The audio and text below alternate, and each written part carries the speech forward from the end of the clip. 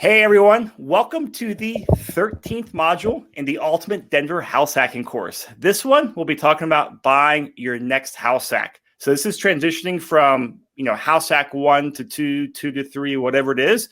It's where you're currently living in one house hack. You've already bought that, been there, 9, 10, 11 months, and now you're thinking about buying the next property. So we're going to go through a few considerations that you need to keep in mind to help set yourself up for success so you can buy the next property and can also turn the previous property into a solid performing rental.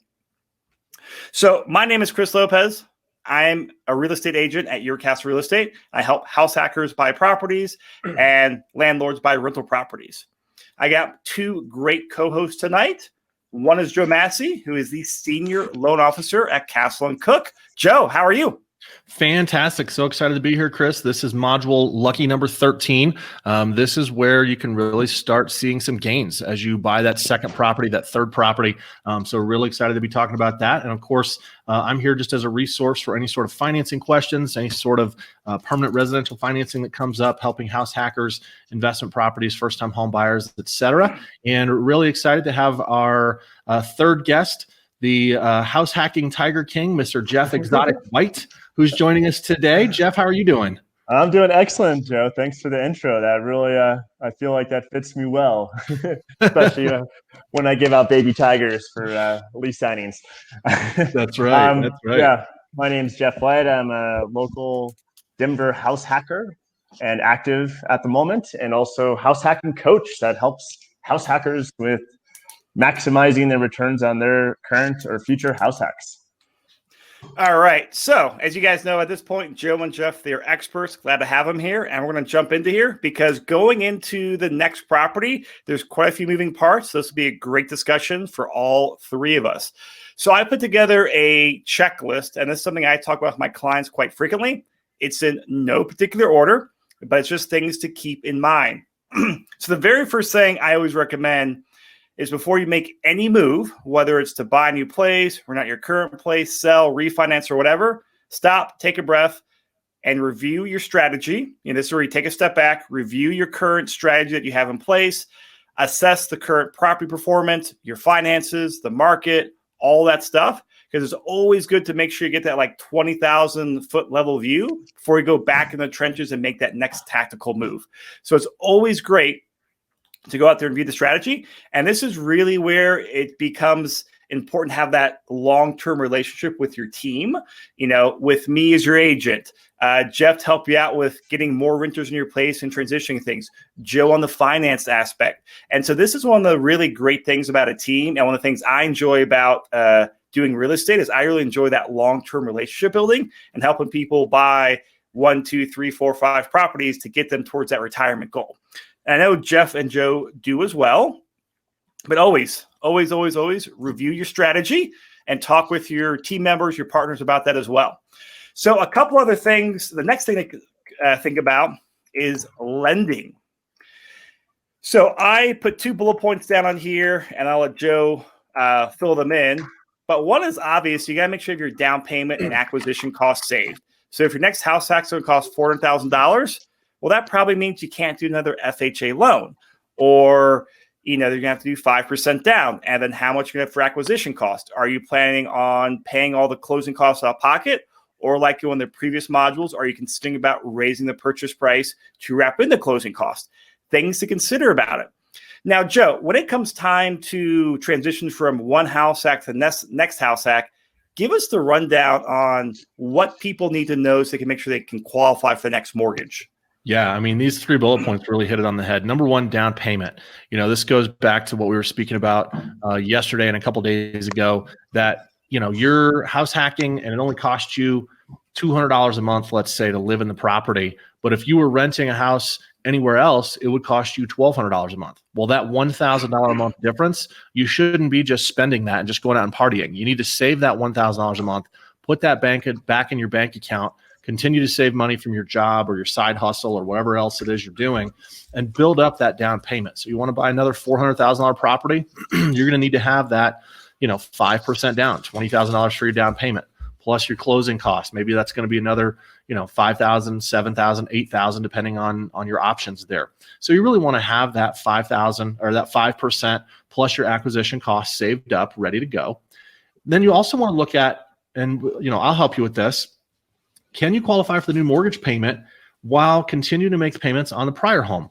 Or do we need to verify the lease income on your previous property? So Jeff, you and I have done transactions where you're moving out of one home into the next one. The home you're vacating, I'm always going to look at your tax return. So I always ask Jeff for his tax return so I can see what type of rent he's been claiming. And then I'm going to ask to see the leases on that property that he's vacating so we can see how those leases line up. Are they 1-year leases? We're going to ask for a copy of a recent rent check to make sure the tenant's paying. And if that property that you're vacating is leased up and you're receiving income on it, we're going to give you credit for that rental income. And you move forward just like a regular new purchase. And then the last one is occupancy rule. You really need to make sure that you've lived in that property for a minimum of 12 months. So you bought this HouseHack, you lived there for 3 months. You're like, oh, this is great. I want to buy another one. Well, you're going to have to wait 12 months because you have to live in the property for 12 months before you can qualify for the next loan. Now, another point that's really important here, right now, interest rates are really good. So we have some house hackers that bought homes 6 months ago.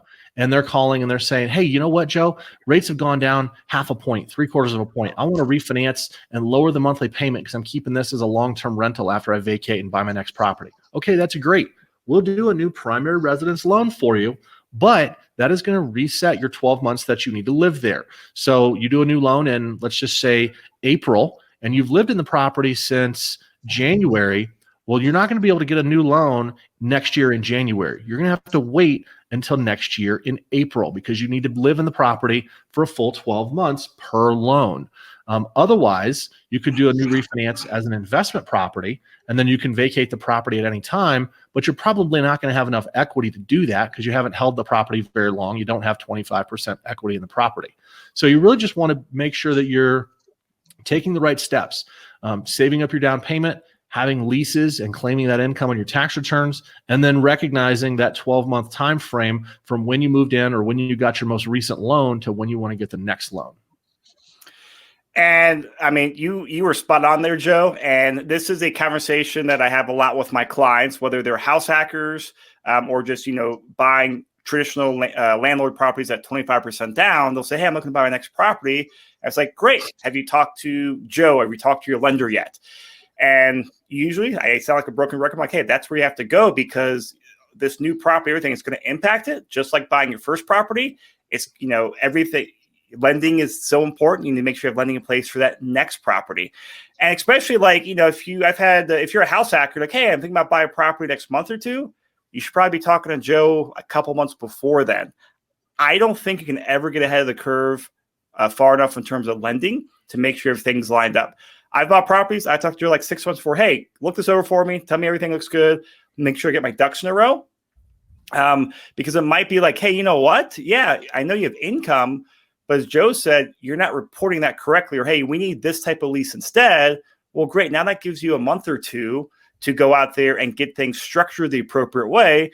So you're not down the wire trying to make things happen, to get the things done, to get the loan in place. So definitely talk to Joe ASAP. So Joe, if someone wants to follow our poster child, Jeff's plan of buying their next house hack on day, 366, 1 year and 1 day since they buy the first property, what's a good rule of thumb for how soon they should be talking to you?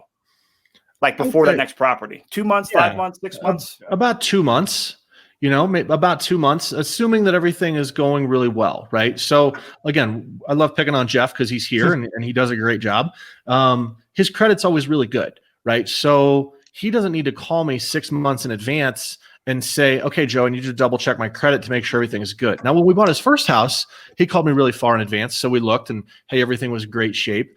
But now, he manages his credit through, his online credit monitoring and everything. And he's really got a great handle on things. So he doesn't have to call me super early in advance because he's really got a system down, right? He's good at saving his down payment. He's good at maintaining his books for the properties he's renting, and he's good at managing his credit. So about 2 months out is when we look at it and we say, okay, where are you at with your savings? Double check your credit. Yep, everything's good. Here's your new pre-approval. However, he's been doing this for a while, and he's done it several times. If this is your very first time, check in with us 6 months before you want to buy, 4 months before you want to buy, 2 months before you want to buy. Because if it is your first time, we want to make sure we're keeping you on a good path towards success. And we do want to double check that things are moving properly, when you're halfway through that first year. So moving on to kind of the next topic to keep in mind as you go from one house hack to the next house hack is your personal finances. So we just talked about saving up your down payment acquisition cost, which is a very important thing to do because that's what you need to do to buy the property. But then, as we've mentioned a few times before, you need to have your operating accounts or your reserve funds. So this is where you need to have an honest conversation with your finances and yourself and say, hey, great, when I move out of this property, what's my reserve situation like for the house I'm vacating? And what's my reserve situation like for the house I'm buying? Because what you don't want to do, I don't care how good the deal is, if in month 3 you run out of cash, doesn't matter. You're going to be in a bad spot. So you want to make sure that you're following your plan. We all shared our plans earlier, which was 6 months reserves for each property, if not a little bit more. But whatever your plan is, make sure you revisit that and make sure you have liquid reserves available for your current house and the future house as well. Hey, Jeff, let me ask you a question real quick on this. Yep. You've been saving up your reserves. You've been saving up your down payment. Is there ever a time that you would dip into the reserves for property A to use as part of the down payment for property B? Not at this time because I know the reality is if I did something like took that risk at this time, something would happen in property A, like the furnace would go out, the water heater would go out, the tenant would do some other damage. So then I'd have like a $10,000 bill or whatever. And then I would be banging my head against the wall. I go, once I hit that 6 month or more reserve, I don't touch that money. I just leave it in there. And then any excess, then I could, that's like the play money to use for another property or for other investments. But yeah, I don't go below that. Just even if there was a good deal, I don't want to rush or make irrational decisions just because the good deal's there. Because there'll be, like you mentioned before, there's other good deals around the corner. Yep. Perfect answer. I agree 100%. Yeah. And that's where I see people take too much risk, right? Hey, I've got my 6 months reserves built up. I don't quite have enough for my down payment, but there's this good deal. I'm going to take half of my reserves and use as the down payment, and I'll build up my reserves later, right? That works great right up until you have, let's be real, a COVID-19 crisis, right? And you've got some time that maybe you have some vacancy, and all of a sudden your reserves have dwindled down and you're not prepared for an emergency, because it is Murphy's Law, right? As soon as you start spending your reserves, that's when something's going to break, or that's when you're going to need that money. So your answer is spot on, Jeff. I agree 100%. Yeah, I'm nodding here in agreement as well. So moving on to some other checklists, and Jeff, this is definitely going to be, something for you to talk about, but it's what's going to be your tenant situation. So the plan for your current house. So if you're like a lot of house hackers in Denver right now, you're living in house A, you got 2 or 3 roommates, and then you're going to move to house B. What are you doing with house A? Are you going to put a long-term tenant in there? Are you moving out and putting one more roommate in there? And then what's your plan for property B as far as bringing roommates in there if you're doing that? So Jeff, as you transition between your properties, what's your thought process and how do you handle this? Yeah, so my current property, my last property are both, rent by the room strategy on the place I'm living at. So usually when I'm planning a purchase for the new house, I plan it in a way where I want to maybe renew the leases of all the current tenants that are there right now, if like the lease is about to expire, to have a little more stability. And then the room that I'm departing, start doing showings for that to get it filled right at the point. Obviously get it filled when I'm under contract to the next property, so I don't get kicked out of my own house. I don't want to do it too quickly. So pretty much have it filled when I know, like, okay, my closing's on June 30th. Have a new tenant in there to replace me. And then for the new place, do the same thing, but in reverse, use the pictures and use all the sources you can to try to get it filled before you even move in that house. That's something I didn't really touch too much on yesterday, but you could still technically get interest on a property before you even move in, as long as you don't post the address on any of those sites. You could just do cross streets and just talk about it in general terms. And then once you close, then you could do the full advertisement. But that's what kind of the strategies I use at the moment. Great. And then really, I mean, that's it. What I put down on the PowerPoint slides, guys, what did I forget? I don't think so. I don't think anything. Yeah. Good. Went through really well. Yeah, and so this is, like I said, this is not, a huge checklist or anything, but there are a few key points here that you need to keep in mind.